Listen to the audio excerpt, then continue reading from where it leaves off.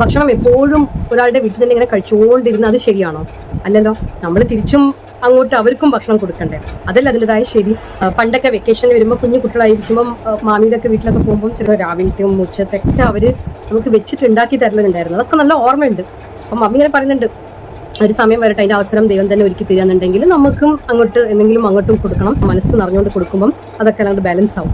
ന്യായം ഉണ്ടെങ്കിൽ ദൈവം പിന്നെ അവസരം നമുക്ക് ഒരുക്കി തരും. നമ്മൾ ഉണ്ടാക്കേണ്ട തേടി പോകേണ്ട ആവശ്യമില്ല. അടുത്ത ദിവസം തന്നെ നമുക്ക് പെട്ടെന്ന് ഒരു വീക്ക്നെസ്, പെട്ടെന്ന് വയ്യാണ്ടായി. അങ്ങനെ അമ്മമ്മനെ ഹോസ്പിറ്റലിൽ കൊണ്ടാക്കും. രാവിലെ കൊണ്ടുപോയി ഒരു ഉച്ച ആകുമ്പോഴത്തേക്ക് ഡിസ്ചാർജ് ആയി. ഒന്ന് ജസ്റ്റ് ഗ്ലൂക്കോസ് ഒക്കെ കയറ്റി. അപ്പൊ തിരിച്ച് വീട്ടിൽ വന്നപ്പോൾ ഇവരെല്ലാവരും ഉണ്ടായിരുന്നു, മാമനരൊക്കെ. അപ്പൊ തിരിച്ച് അവര് നമ്മുടെ വീട്ടിലേക്ക് വരുന്നത്.